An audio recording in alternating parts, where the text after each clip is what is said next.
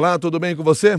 Seja muito bem-vindo a mais um capítulo do Mundo Corporativo, que hoje se dedica a falar sobre empreendedorismo, startup, novos negócios, inovação, nova geração. Para falar sobre esse assunto, nós trouxemos aqui no estúdio do Mundo Corporativo o Thales Gomes, que é fundador da EasyTaxi e da Singu. E é um empreendedor. Tão empreendedor que resolveu contar parte dessa sua história agora em um livro. O livro é o Nada Easy, o passo a passo de como combinei gestão, inovação e criatividade para levar minha empresa a 35 países em 4 anos. Claro que ele está falando da sua história ligada ao EasyTaxi. Mas não é só sobre esse assunto que nós vamos conversar com ele, não. Nós temos muito para falar aqui hoje no Mundo Corporativo. Thales, desde já, muito obrigado pela sua gentileza de estar conosco aqui no Mundo Corporativo. Bom dia para você. Muito bom dia aos ouvintes da CBN. Obrigado você, Milton, pelo convite para poder vir aqui falar um pouco do Nada Easy, né? Pois é. Do Nada Easy, que conta essa história de empreendedor. Uma história que começou lá aos 14 anos. Você está com 30 anos. Já deu para fazer muita coisa, né, nisso tudo. O que é um empreendedor aos 14 anos? Pois é, aos 14 anos eu basicamente vendia celular na cidade, né? Eu tirava print screen das ofertas de telefone celular do Mercado Livre e aí eu marcapava esse preço, ou seja, aumentava ali em 25% mais ou menos a margem daquele produto, criava um catálogo físico e ia nas cidades, né? Ia ali nas cidades ao redor, no comércio, no fórum das cidades ao redor de Carangola, oferecendo o telefone. A pessoa comprava, depositava o dinheiro, inclusive na conta do meu avô, que era um comerciante local bem conhecido na cidade, e aí, com esse dinheiro, eu comprava o produto e colocava o endereço de entrega da pessoa quem comprou aquele produto. Então, meio que criou um marketplace, sem saber que é um marketplace naquele momento, né? Negócio que depois você foi levando à frente, criando novas empresas. A EasyTaxi talvez aí seja o melhor exemplo desse sucesso que você alcançou. O que trouxe esse viés empreendedor para você? Acho que foi necessidade, né? Como a grande maioria dos empreendedores brasileiros, segundo o Sebrae, pelo menos 80%, empreendi por necessidade. Vim de uma família extremamente pobre, meu pai policial militar, minha mãe cabeleireira, eu precisava alterar a minha realidade, né? Sou da cidade do interior de Minas, de 37 mil habitantes. Então acabou que, qual mecanismo que eu tinha para alterar essa realidade seria empreendendo, né? Então acho que a vontade veio daí e com isso as coisas foram se caminhando. Mas não basta vontade nem necessidade para ser um empreendedor e um empreendedor que tenha sucesso como você teve. Há características que o diferencia de outras pessoas que tentaram também. Vários dos que estão nos ouvindo aqui, imagino, estão tentando ou tentaram alguma coisa e o negócio não funcionou.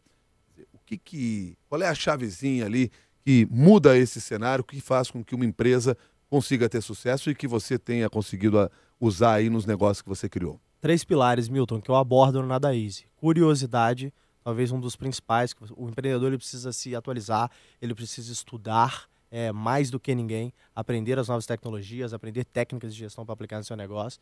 O empreendedor precisa ser resiliente, porque não é nada fácil. É muito difícil empreender, principalmente num país como o Brasil, taxas de juros tão altas, tão difícil captar recursos, cheio de legislações que atrapalham a vida do empreendedor. É bem difícil fazer negócio aqui, é preciso ser resiliente. Empreender nada mais é do que errar e tentar de novo, até que você acha alguma coisa que funciona, né? E, por fim, é preciso poder de execução. O que eu quero dizer com isso? É levantar o bumbum da cadeira e ir para a rua fazer o negócio acontecer mesmo, né? Não adianta ficar olhando para a planilha e torcendo para o negócio crescer. Então é se planejar e executar aquilo planejado da melhor maneira possível, de forma detalhada. Você encontrou ambientes que permitiam esse tipo de trabalho, ou crescimento de startups, investimento? Você encontrou isso no Brasil? Não encontrei. Inclusive, a EasyTaxi ela surgiu ali em 2011, né? O feedback que eu recebi quando surgiu a ideia do EasyTaxi se isso fosse bom, alguém já teria feito nos Estados Unidos. Então, na verdade, eu encontrei pessoas naquele momento que me desanimaram a fazer o negócio. Que falou, cara, se esse negócio não existe em lugar nenhum é porque o negócio não é bom. Não faz sentido, né? O cenário de investimentos ainda não era bom em 2011, eu tinha basicamente um fundo de venture capital no Brasil, se não me engano era a Monax, fazendo investimentos naquele momento. Eu cheguei a conversar com a Monax na época, não andou muito, e acabei conseguindo um investimento da Alemanha, né? De um grupo de investimento alemão que veio fazer o aporte na EasyTaxi para que o negócio pudesse acontecer. Então o ambiente sempre foi muito ruim. Então vamos pegar essa história do EasyTaxi, aí como é que ela surge? Porque é o primeiro aplicativo que tornava mais acessível o uso de táxi na cidade ou nas cidades. É por aí que surge o EasyTaxi. De onde vem essa ideia? O Stax foi um dos primeiros do mundo, né? Surgiu em 2011 junto conosco, na Alemanha e outro em Israel, e junto a EasyTax. Junto a gente criou o que hoje o pessoal chama de O2O, ou Marketplace de Serviços, né? Uma nova categoria nasceu ali, que são esses aplicativos de serviço que você usa pelo celular, né? Tava todo mundo meio que nascendo naquele ano de 2010 para 2011, ninguém sabia de ninguém, né? Então a gente tinha que aprender juntos como fazer isso acontecer, né? Foi bem complexo para poder fazer isso naquele momento, que a gente não tinha muita informação, a gente tinha que aprender bastante sobre tecnologia, aprender sobre como marketear esse negócio, né, colocar isso no mercado. E a gente estava falando de um cenário onde basicamente 4% da população brasileira tinha smartphone com internet. Ou seja, de fato era muito cedo para fazer esse negócio acontecer, né? E a EasyTax nasce naquele momento, né, como eu falei, quando veio aquele investimento dos alemães, para poder exatamente a gente aprender como colocar esse negócio na rua, né? Fazer isso acontecer. Você disse que era muito cedo, e aí como é que você faz ele realmente acontecer, se era cedo ainda? Chegou antes do tempo, talvez, ou não? Olha, eu digo que timing é tão importante quanto o modelo de negócio e o time, né? Eu acho que era o timing perfeito para surgir, mas ainda era cedo para deslanchar. Tanto que a EasyTax, ela só foi deslanchar mesmo, ou seja, se popularizar por meados do início de 2013, né? Nascendo ali em 2011, meados de início de 2013, ela se popularizou, que foi quando a gente abriu São Paulo, inclusive. A EasyTax surgiu no Rio, que era onde eu morava, né?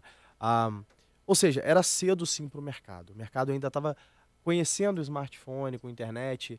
Ali em 2011, iPhone era aparelho de geek, né? Smartphone ainda era coisa de geek. Então não se imaginava uma classe como os taxistas usando o smartphone, né, como uma ferramenta de trabalho. Era visto como um bem de suntuário.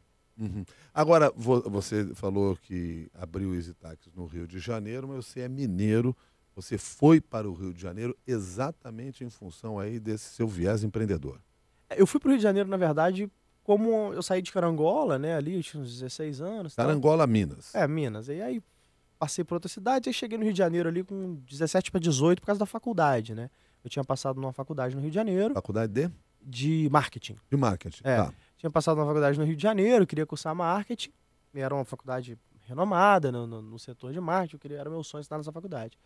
Eu passei nessa faculdade e fui para poder fazer a faculdade, mas as coisas foram, enfim, mudando, e naquele momento ali, dentro da faculdade, foi quando surgiu a ideia do meu segundo negócio, que era uma agência de promoção em mídia social, colocamos assim. A gente falava de gamificação em mídia social. Então a gente pegava uma determinada necessidade da companhia, por exemplo, promover um determinado produto, e usava mecanismos de gamificação para poder promover aquele produto, aquela ideia que a empresa queria promover, né? E deu super errado, viu, Milton? Foram mais ou menos 9 meses aí pro negócio falir, e eu passei por uma situação complicada. Quem é que perdeu dinheiro nessa história? Foi eu você perdi. ou alguém que bancou lá, que investiu? Não existia isso naquela época. Não tinha isso? Não, a gente tá falando de 2006, 2007.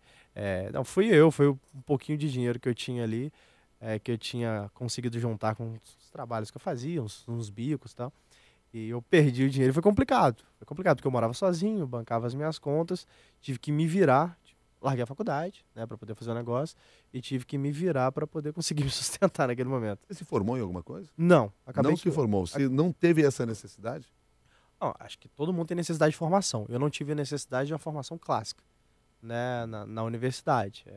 Eu sou uma pessoa que eu estudo pelo menos 1 hora por dia, né, então eu tenho esse hábito de estudar todos os dias. O que é o estudar para você? Estudar é ler um paper, um artigo, né? Paper é um artigo.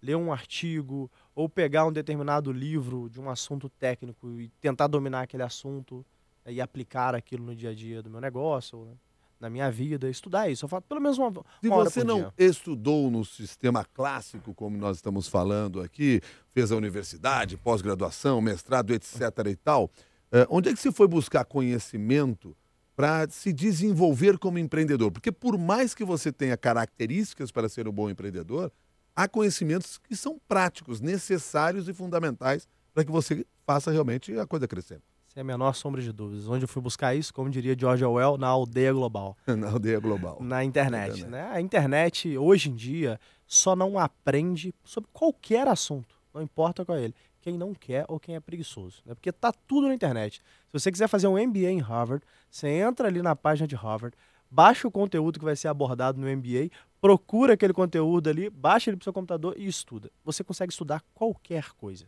Foi assim que você descobriu, por exemplo, o dinheiro dos alemães para colocar no EasyTax? Fui lendo notícias, na verdade, e vi aquele perfil dos alemães de investimento agressivo e eu mandei um e-mail para lá e falei, olha, tem muita gente criticando vocês pela agressividade, a forma de fazer negócio, mas na verdade eu admiro, vocês são muito bons de execução, inclusive eu tenho um negócio aqui, é assim que eu estou fazendo, eu sei que aí no país de vocês tem um que estão fazendo isso também, se tiverem interesse eu queria falar com vocês. E aí eles se aproximaram, mandaram o Managing Director deles na América Latina ir visitar a EasyTax ali no Rio de Janeiro e as coisas aconteceram. Tá, mas aconteceram porque certamente você mostrou alguma coisa bem, não sei se estruturada, mas bem elaborada, para que ele se convencesse de que valeria apenas arriscar. O que acontece? A EasyTax ela já era uma tecnologia que funciona, né, naquele momento, né? Então a gente tinha ali os taxistas rodando no Rio de Janeiro, e tinha, sei lá, uns 20 taxistas, mas tinha uns taxistas rodando no Rio de Janeiro. Era uma tecnologia extremamente disruptiva, né? Ninguém tinha visto esse negócio e funcionava muito bem. Então, quando esse MD viria ao Rio de Janeiro, eu lembro que a gente até pegou um taxista e falou assim, pelo amor de Deus, atende esse cara muito bem, a gente não tinha muita chamada, né? Tinha só umas 10 chamadas por dia.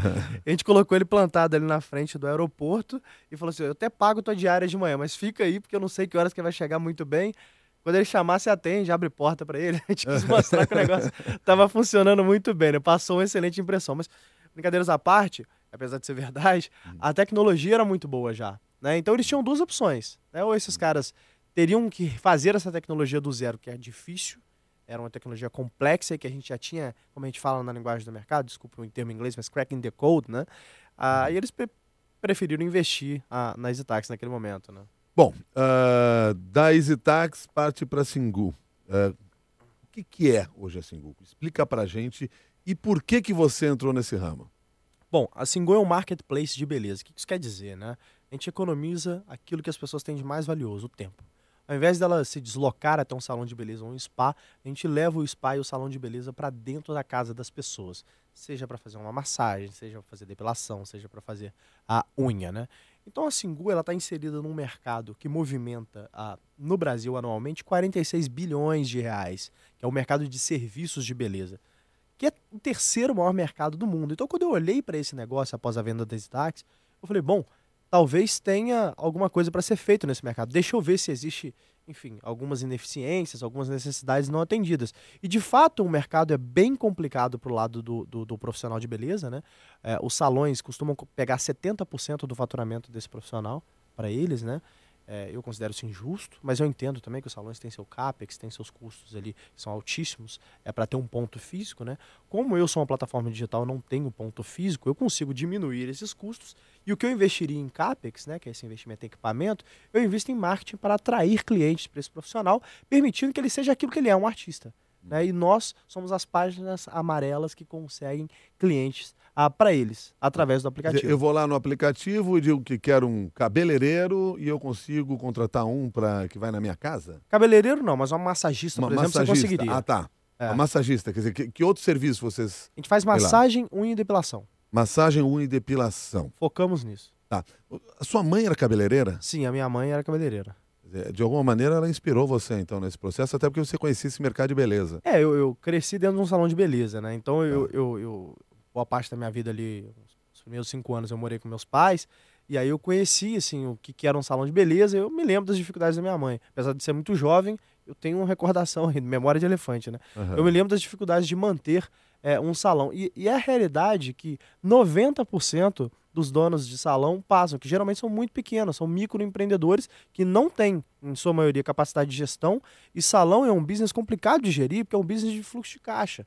Se você não faz uma boa gestão ali de fluxo de caixa, você vai perder o controle da compra de produtos, e, enfim, pagar suas duplicatas, e é o que geralmente acontece. A Singu vem para poder resolver essa vida, a vida nessa parte do profissional. Olha, faz o que você sabe, que é o serviço, e o resto deixa comigo. Então, só para dar um exemplo aqui, que é um dos motivos que me fizeram criar a Singu, que é um mecanismo de alteração social, né? A gente tinha mães solteiras moradoras de comunidade que hoje ganham R$6.000 com a gente sendo manicure. Né? No melhor salão de São Paulo, você não tem ninguém que ganha mais de R$2.500. Né? Por quê? Porque a gente repassa 70% do faturamento para essas pessoas. Vocês estão em que lugares? A gente está em Rio e Grande São Paulo. Bom, quando você abre a Singu, você já tinha toda a experiência do processo da EasyTax. Teve toda a experiência da busca de financiamento no exterior. E o Marco Soares, que está aqui pelo e-mail, pergunta o seguinte: qual é o melhor caminho para se trazer investidores para o nosso negócio? Sem a menor sombra de dúvidas, é trabalhar no seu negócio. O que eu quero dizer com isso? Né? Dizem que você tem que preparar o jardim para que as borboletas venham. Né? É a regra para investimento. Ninguém investe em negócio ruim, com time ruim ou em ideia. Meu avô costumava dizer que ideia vale 10 centavos a bacia. E é uma grande verdade. Ninguém está nem aí para ideia. Ideia, se eu e você aqui, Milton, pensarmos num problema, a gente vai ter 10. Agora até o final do programa. O difícil é a gente executar alguma coisa, ter um produto entregável que as pessoas pagariam por ele. Então é trabalhar no teu negócio, focar no negócio, que o investimento é a consequência de um bom negócio. Você disse uma coisa curiosa, porque você disse que ideia, ninguém compra só a ideia, né? Tem que executar, etc. Porque às vezes tem uma ilusão nessa área do empreendedorismo. A gente fica ouvindo alguns casos de sucesso. Você é um caso de sucesso com a EasyTax. Parece assim, eu tive uma ideia, o cara chegou lá e disse, eu vou bancar isso aí para você, porque você me convenceu. Mas não funcionam desse jeito. Não dá para se iludir. Não dá, não é nada easy. Não é nada easy. Como diz o que... nome do seu livro aqui, não é nada easy. Não Na é verdade, nada... o nome do livro é Nada Easy. Nada easy. O que acontece, Milton? Dificilmente o empreendedor vai conseguir funding, tá? Vai conseguir financiamento. Então é importante que ele saiba disso. Então é por isso que é tão importante criar negócios que gerem caixa desde o momento do seu nascimento. Nem sempre é possível. A EasyTax não foi essa a verdade. A Singu também não foi essa a verdade. Mas a Singu é um caso diferente. Eu já tinha caixa para poder bancar a companhia. Então eu fiz o investimento do meu próprio bolso. É muito ruim o empreendedor, principalmente num país como o Brasil, de taxa Selic altíssima, achar que vai conseguir financiamento desde o início do seu negócio. É difícil. A regra é que não vai. Então eu não recomendo que ele conte com isso. Crie um modelo de negócio que os seus clientes te financiem. Como sempre foi, né? Essa onda de startups, Vale do Silício, de eu tenho uma ideia, o cara entra lá, bota $500 mil na minha ideia. Isso é Estados Unidos com juros a 1% se não for negativo, né? Com inflação quase a zero. Brasil, o cara vai deixar o dinheiro no Tesouro Direto. Dificilmente ele vai investir em inovação, principalmente com o Estado ajudando, como fizeram agora com a lei do investidor anjo, né? Que basicamente vai banir investimento anjo do país depois dessa regulamentação. Então o que acontece? Ele tem que trabalhar num negócio que gere caixa, não pode contar com financiamento e saber que o financiamento só vem quando o negócio está rodando, ele tem um produto já e tem alguns clientes pagando por isso. Aí sim, se o negócio for muito bom, tiver uma perspectiva de escala, alguém provavelmente invista. Como escalar uma empresa? Bom, esse é um assunto, talvez o que eu... Quando eu pensei em escrever o Nada Easy, foi exatamente pensando em como escalar uma empresa. Porque é a dúvida que todo mundo tem, Milton. Desde o cara que está nascendo até o cara que já está grande. Então eu tive um call, uma vez uma ligação com um grande amigo meu, com o Eric, que tem uma das maiores startups do Brasil, que é a RD, né? Quem trabalha aí com varejo, provavelmente já ouviu falar da RD Station, que é uma das grandes plataformas de investimento em marketing. Não é jabá não, porque esse cara é uma empresa que vale mais de 100 milhões de dólares. Eles valem a pena ser citados, que é um grande case de sucesso brasileiro, investido pelos maiores fundos globais. Eu conversando com o Eric falou, Thales, eu quero levar a RD para outros países. Cara, como é que eu faço isso? Eu falei, bom, se o Eric, que é o Eric, né, que é um cara que eu admiro, não sabe fazer isso, está na hora de eu escrever um livro. Né, e começar a falar como que eu faço. O momento de escala da companhia é aquele momento que você já criou a base da companhia, ou seja, você sabe como replicar a sua operação, como replicar o seu negócio, de forma que, na medida que você cresça o seu faturamento, não cresça na mesma proporção os seus custos. Isso se chama uma empresa escalável, né? Ela cresce e os custos se mantêm ou crescem em menor proporção. Então, quando você tem essa base, né, para escalar, é o momento que você vai procurar pessoas em determinados espaços geográficos onde você quer expandir a sua companhia, que sejam capazes de replicar aquele modelo que você criou. E aí sim, você vai criar seus processos para poder ir nesse local e começar a replicar isso. Então, um exemplo muito claro aqui, quero expandir a EasyTax para a Colômbia, né, como foi o caso. Como é que eu faço? Entro no LinkedIn, procuro ali profissionais que tenham um perfil que eu acho que poderiam ser o Managing Director, o gestor ali do país, vou falar com 100 pessoas, dessas 100 vão 10 me interessar, vou pegar um avião, vou localmente para lá, vou olhar no olho dessas 10, porque vai ser a pessoa que vai levar o nome da minha companhia, que vai tocar minha companhia, vai tocar o budget da companhia naquele país, contratar essa pessoa, pegar um escritório de advocacia local para poder fazer todo o aparato jurídico para que esteja pronto para poder rodar. Feito isso, eu vou junto com esse profissional que foi contratado, abrir a operação da cidade naquele país ali para depois passar para o próximo e assim fazendo sucessivamente.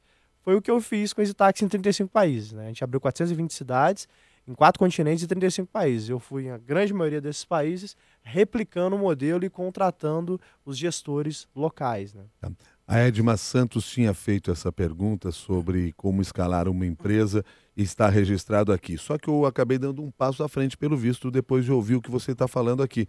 Porque você disse que para escalar a empresa, ela já tem a sua base criada. Base criada inclui equipe formada. Equipe formada. Exatamente. Quando eu digo base, o produto já está funcionando, as pessoas já pagam por ele, as pessoas voltam a pagar, se for um serviço, né? Voltam a pagar por esse produto. Se não for um serviço, for um bem de consumo, você já está conseguindo marcar 3, 4, geralmente em cima daquele produto, ou seja, é um produto lucrativo. E aí você já tem sua equipe de suporte, ou seja, para você escalar esse negócio, nada mais é do que abrir, ou você pode escalar via franquia, né, como muitas pessoas fazem, não é o meu modelo preferido, ou você pode escalar via subsidiárias, que é o meu modelo preferido. Você basicamente vai abrir um escritório da tua companhia para permitir que você, enfim, venda o seu produto em um determinado local geográfico, né? Tem gente que escala, inclusive, sem escritório, que são os famosos Software as a Service, né? O SaaS. A RD é um exemplo de SaaS, né? Então, ele não precisa de um escritório local necessariamente para poder escalar seu negócio. Eles ficam ali em Florianópolis e atendem Brasil inteiro, né? Então, provavelmente, se ele for abrir um outro país, ele vai botar um escritório local para ter um suporte ali, um call center, alguma coisa, mas é só isso, né? Para escalar esse negócio, eles usam a própria internet. Então, são essas maneiras que você tem de escalar o negócio, seja fisicamente ou pela Mas o que eu internet. queria puxar mesmo é para essa questão da formação da equipe, porque você já citou mais no início a importância de se ter uma boa equipe. Como saber que nós temos uma boa equipe ou como formá-la? Ah, sim. Bom, excelente assunto, né? Mais um assunto abordado no Nada Easy, né? Isso depende do teu modelo de negócio, mas uma coisa que é regra é você precisa ter na sua equipe alguém que sofre aquela dor que você quer resolver. Então, Singu, né? Uhum. Sei lá, 70% da minha equipe são mulheres. Por quê? Porque o meu público são homens e mulheres, que homens fazem unha também, principalmente massagem, como eu, mas quem faz unha e depilação, em geral, são mulheres. Então eu quero mulheres que sofram daquela dor para ser as pessoas que estão resolvendo aquela dor. Porque elas, como viveram aquilo, elas falam, bom, como que eu gostaria de ser atendida aqui na Singu? O que eu gostaria que tivesse? Qual é o preço que eu gostaria de pagar? Qual a experiência que eu gostaria de ter? Isso é muito importante. Então tem uma pessoa que sofre aquela dor. Agora eu digo que o time, ele é composto. Você tem que ter, não importa o seu negócio, tá, Milton? Pode ser padaria. Você tem que ter alguém de tecnologia no seu time, porque isso vai fazer com que você se torne mais eficiente e vai criar uma barreira competitiva ali para que as pessoas não consigam replicar aquilo que você faça. Se quiser eu posso dar exemplo depois, mas até padaria para mim precisa. Você tem que ter um gestor, um administrador, alguém que venha de exatas para que seja o seu background, né, para que seja aquela pessoa que vai controlar ali o negócio, vai deixar o ambiente propício para que o seu, como a gente chama de hustler, né, ou seja, o líder, o vendedor, consiga trazer novos negócios na companhia. Essa tríade é muito importante para qualquer negócio, né, que é o grande vendedor, líder, a cara da empresa, aquela pessoa de back-office que vai cuidar dos números, cuidar do caixa da companhia e alguma pessoa de tecnologia para poder dar infraestrutura para que o negócio cresça, inclusive criando barreiras de competitividade. Pois é, você falou que daria exemplo sobre isso. Me dê um exemplo então, vamos lá. A padaria. Então eu tenho uma padaria. Vou falar de pão de queijo, já que eu sou mineiro, né? Eu quero saber qual que é a hora que eu tenho que produzir mais pão de queijo para eu não ter desperdício ali. Então o que eu vou fazer? Eu vou criar ali uma planilha, ou se eu quiser fazer um tipo de software para fazer controle de saída de produto, e eu quero saber, das fornadas que eu faço, qual é a hora que eu tenho mais consumo de pão de queijo e qual a hora que eu tenho falta daquele produto de pão de queijo. Então, se eu tiver esse controle ali numa planilha, por exemplo, eu consigo saber horas que eu deveria fazer mais pão de queijo, horas que eu deveria fazer menos, para eu ou não perder venda ou eu não ter desperdício de produto, né? Esse é um exemplo clássico de que a falta de tecnologia e controle em qualquer tipo de negócio pode fazer você perder dinheiro ou deixar de ganhar, né? Olha, nós estamos falando aqui de escalar. Eu estou tentando achar aqui a mensagem. Aqui, ó, o Emerson Alves diz assim: a Singu teria interesse em operar no Rio Grande do Sul? Provavelmente, né? Tá Você vê que ele dentro... está querendo escalar para o Rio Grande do Sul. Sim, a gente agora o recebe negócio. muita proposta de franquia. A gente não faz franquia, mas o Rio Grande do Sul tá no mapa da Singu, sim. Tá, mas o Matheus quer saber outra coisa. O Matheus Oliveira do Carmo, que está aqui no nosso Facebook, Opa. ele diz assim: qual é a hora de abandonar um projeto ou como distinguir a persistência da teimosia? Olha, esse é talvez uma das áreas mais cinzentas na vida do empreendedor, porque o empreendedor ele é muito coração, né? E todo mundo fala, inclusive eu falei que é preciso ter resiliência. Mas de fato, né? Como é que a gente sabe a hora de deixar de abandonar o barco, né? A hora de mudar de ventos. E é por isso que eu falo que é tão importante metrificar as suas ações, né? Os famosos KPIs, os Key Position Indicators, né? Ou os indicadores de sucesso do seu negócio. Eu sempre falo isso, no Nada Easy eu falo isso, que você tem que, desde o início do negócio, não importa se você conhece aquele negócio ou não, já defina alguns KPIs ali, que vão metrificar os seus sucessos e insucessos. Esses KPIs, eles vão mudar. Dá um exemplo, vai, para Singu. entender o que significa. Vamos lá, Singu. Qual a quantidade de profissionais que eu tenho cadastrados na base? Qual a quantidade de pedidos que eu tenho diariamente, ou por faixa de hora, ou por mês, tanto faz. Dos pedidos que foram emitidos, qual percentual foi atendido? A gente chama de taxa de fulfillment, né? Qual o percentual de pedido que foi atendido? Dos pedidos atendidos, qual que é a média de nota de estrelinhas de 0 a 5 que eu recebi em cada pedido? Então, são KPIs básicos, por exemplo, perfeito. a gente tem mais de 30, né? Mas são alguns KPIs básicos que eu uso para metrificar o meu sucesso e o insucesso. Então, eu preciso saber se o meu pedido está crescendo, quanto que eu cresci semana a semana, se a minha taxa de atendimento está crescendo ou diminuindo. Se está diminuindo, eu preciso ter mais profissional. Se a minha qualidade está aumentando ou abaixando o número de estrelinhas, se a minha média estiver abaixando, eu preciso investir em treinamento. Então, esse tipo de metrificação te dá um norte para onde que você vai com o seu negócio, que através disso você consegue criar metas. Você fala, bom, eu tenho essas metas a serem atingidas. Não estou atingindo minha meta, deixa eu ver meus indicadores aqui, o que está acontecendo. Que é o que acontece quando você vai no médico, né? Te pede exames. Aí ele olha ali seus indicadores do seu corpo e fala, opa, você está com a imunidade baixa ou você está com esse problema aqui. O empreendedor, ele é um médico do negócio dele. Ele precisa olhar seus indicadores e saber quais ações ele vai tomar. Então, se você toma ações recorrentemente em cima daqueles indicadores, e mesmo assim, o principal indicador de sucesso não cresce, que é o volume de vendas, né? Tem alguma coisa errada. Ou você precisa pivotar esse modelo, ou seja, mudar a forma de executar aquele determinado modelo ou mudar de negócio. Ao mesmo tempo, e até aproveitando o gancho aqui dessa questão que foi apresentada pelo nosso ouvinte, há um momento, e você chama a atenção isso lá no Nada Easy, no livro que você escreveu, ao mesmo tempo, há uma hora de ir embora. Você chama aqui a hora de fazer o exit, ou seja, a saída da empresa. Que foi o que você fez no EasyTax. Chegou Isso. uma hora que você disse, acabou, vendi minha parte. Isso. Que hora é essa? Por que chega esse momento? Bom, o empreendedor, para poder evoluir seu negócio, muitas vezes, principalmente em tecnologia, ele precisa pegar capital, né? Ou seja, pegar investimento. E cada vez que você pega uma rodada de investimentos, emite-se novas cotas na companhia, consequentemente dilui-se os empreendedores, né? E a cada rodada você tem um negócio que a gente chama de valuation, né? É um valor que é dado àquela companhia para emitir essas novas cotas. Na medida que vai passando, o empreendedor vai se diluindo. Na EasyTax, por exemplo, a gente levantou 85 milhões de dólares para levar a empresa para o mundo inteiro. Então chegou um momento ali que a gente estava com pouco percentual na companhia, menos de 10%. A gente falou, bom, tá na hora, eu e meu grupo de fundadores, meus 3 fundadores, eu falei, ó, tá na hora de a gente vender esse negócio. Porque a gente vai precisar fazer mais algumas rodadas, esse mercado de transporte vai virar uma briga de foice danada, né, que é queima de caixa, o negócio tá ficando complicado. Vamos sair desse barco aqui, porque esse barco tá furado.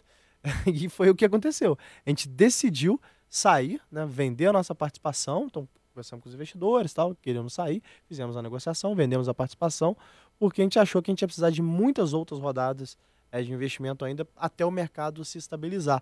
E para a gente não seria interessante, porque a gente seria muito mais diluído. Então, vamos pegar, que você tem um caso muito específico, particular, que aconteceu no EasyTax. Isso. Agora, vamos pegar no caso de outros empreendedores. Como identificar o momento correto disso? Bom, o empreendedor ele pode sair por 2 motivos, uma necessidade de capital e necessidade pessoal. Nesse meu caso, foi uma oportunidade, foi um terceiro motivo que é muita exceção. Foi uma oportunidade de mercado ali, de acordo com a visão que a gente tinha para onde que ia descambar o mercado de transporte.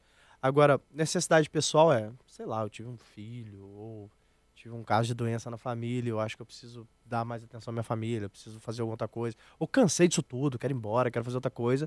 A gente tem que fazer aquilo que faz a gente feliz, né, Milton? A gente vive tão pouco tempo, né? Em média 80 anos, então não dá pra ficar fazendo um negócio que não faça a gente feliz. Se você tem oportunidade pra tanto, claro, né? E aí o cara pode sair naquele momento e negociar a venda da tua companhia, ou vender para um grupo de acionistas, ou vender para algum acionista externo. No caso da necessidade de capital, esse empreendedor vislumbrou uma nova oportunidade, falou, olha, tem uma oportunidade que é grande aqui, eu acho que eu já fiz o que tinha que fazer nesse negócio, aí eu vou buscar algum estratégico para adquirir minha companhia. Eu vou vender para os outros acionistas a minha participação, porque eu quero investir, tenho necessidade de capital, quero investir num próximo negócio. Né? No Nada Easy, eu conto um pouco do que aconteceu ali nas Stacks, qual foi o momento, tal, como é que aconteceu essa negociação, mas muito mais do que isso, né? Eu falo ainda sobre estrutura fiscal que o empreendedor tem que fazer, como que ele se prepara para não ser tão roubado pelo Estado, né? E muito mais do que isso, né? Eu faço uma racionalização em cima do caminho desse empreendedor para ele, sim, decidir se aquela é a hora, naquele momento que ele está lendo aquele livro, se está na hora dele pensar no exit ou não, né? Porque ninguém cria uma empresa pensando em vender, né? Geralmente a gente cria pensando em fazer um IPO, é um negócio gigante, mas nem sempre é a realidade. Eu tenho a impressão que os novos empreendedores, os empreendedores digitais, os startupeiros, se é que dá para usar essa expressão aqui, já criam alguma coisa pensando em vou vender ali na esquina, fazer dinheiro e tocar a vida para frente. A ideia de ter uma empresa mais perene, mais com uma presença mais longa no tempo, parece que não instiga tanto essas pessoas. Isso é uma realidade? Isso é verdade? Ou não é nada disso? Bom, é uma constatação jornalística que você faz do que você tem visto, né? De fato, um monte de gente pensa isso. Mas eu garanto que essas pessoas provavelmente não vão conseguir ter sucesso no seu negócio. Porque só tem sucesso no negócio aquele empreendedor que tem uma necessidade de resolver uma dor, que ele deita a cabeça no travesseiro e não consegue parar de pensar naquele negócio. Geralmente esse cara ele monta uma empresa e consegue fazer um negócio crescer, porque ele tem um propósito maior, né? Se for só por dinheiro é mais barato e melhor arrumar emprego, tá? Empreender é complicado pra caramba. Você já foi empregado? Já. Já? Já trabalhei em grandes empresas. Trabalhei no Unilever, trabalhei no Grupo Severiano Ribeiro de Cinemas, que é o Kinoplex. Esse período como empregado ajudou você a construir a sua personalidade empreendedora? Ajudou demais. Ajudou demais. Eu vi o tanto que o negócio tá errado. Que eu falei, bom, a forma de gerir aqui não tá certa, né? Tem algumas coisas que tem que ser mudadas aqui. Então, basicamente, o meu estilo de gestão me baseei em fazer basicamente o contrário do que eu vi que acontecia. Bom, nesse sentido ajudou você. Ajudou demais. Se alguém que estiver aqui nos acompanhando estiver pensando assim, puxa vida, mas eu quero me preparar para ser um empreendedor, eu quero crescer como um empreendedor, o que você sugere para esse cara? Eu sugiro que ele estude bastante, né? E aí eu vou estudar o quê, né, Milton Young? Cara, estuda alguma linguagem de programação para você ter uma noção básica do que é programação. Você não precisa ser programador, mas é importante você ter uma noção para discutir produto com o seu time. Estuda técnicas de gestão, vê o que o pessoal está falando, dá uma olhada nesses livros que falam sobre gestão. Tem um livro maravilhoso da Google que chama How Google Works, por exemplo. Não sei se tem versão em português, tá? O How Google Works, ele fala quais são os processos de gestão da Google. Eu aprendi demais com esse livro, né? Tem outro do Andreessen Horowitz, que é uma figura proeminente do Vale do Silício, um dos grandes VCs hoje em dia, do Andreessen Horowitz, que é o The Hard Things About Hard Things. Não sei se tem versão em português também, mas que ele conta essa caminhada do Andreessen e como que o Anderson, aliás, o Horowitz, como que ele criou o seu próprio primeiro negócio, qual foi a história do IPO, das dificuldades que ele passou. Então, fala um pouco do dia a dia ali, das técnicas de gestão que ele usava. Então, a partir daquele momento ali, o empreendedor consegue ter ferramentas para estudar. E, obviamente, posso deixar de indicar o Nada Easy, né? Que é a nossa versão nacional do que se tem bastante ali no Vale do Silício, onde eu dou ferramentas práticas para o empreendedor saber o que ele precisa aplicar naquele determinado momento do negócio dele. Qual é o seu próximo negócio? Não faço a mínima ideia. Meu negócio agora é a Singu, eu só penso em Singu, durmo e acordo pensando em Singu e tô com tesão demais de fazer esse negócio. Tá certo. Thales Gomes, muito obrigado pela sua gentileza de conversar conosco e trazer parte dessa experiência que você desenvolveu ao longo de 15 anos, 16 anos. Você começou com 14, está com 30 anos. Exato. Agora, 16 anos, mas 16 anos muito agitados aí, por tudo que você construiu. Muito obrigado, parabéns aí pela sua história. Obrigado você, Milton. Um abraço a todos. Lembrando que o Thales Gomes é fundador da EasyTax, não está mais à frente da EasyTax, mas é fundador da EasyTax, é fundador da Singu, está à frente da Singu e é autor do livro Nada Easy, o passo a passo de como combinei gestão, inovação e criatividade para levar minha empresa a 35 países em 4 anos. A você que participou ao vivo aqui deste Mundo Corporativo, muito obrigado. Você lembra que o Thales falou do conhecimento, a importância do conhecimento, de acessar o conhecimento? Por isso, sempre faço o convite para você ao final do Mundo Corporativo. Pegue o seu conhecimento também e compartilhe com outras pessoas. Pegue este conhecimento aqui e leve às outras pessoas. Se você quiser, vai lá no nosso grupo de discussões no LinkedIn, Mundo Corporativo da CBN. Lá você pode participar publicando o seu artigo, publicando os seus textos, enfim, o que você pensa sobre o mundo corporativo, sobre o empreendedorismo, sobre a área que você atua. Isso vai ajudar outras pessoas. Vamos fazer isso juntos? Muito obrigado e até um próximo capítulo do Mundo Corporativo.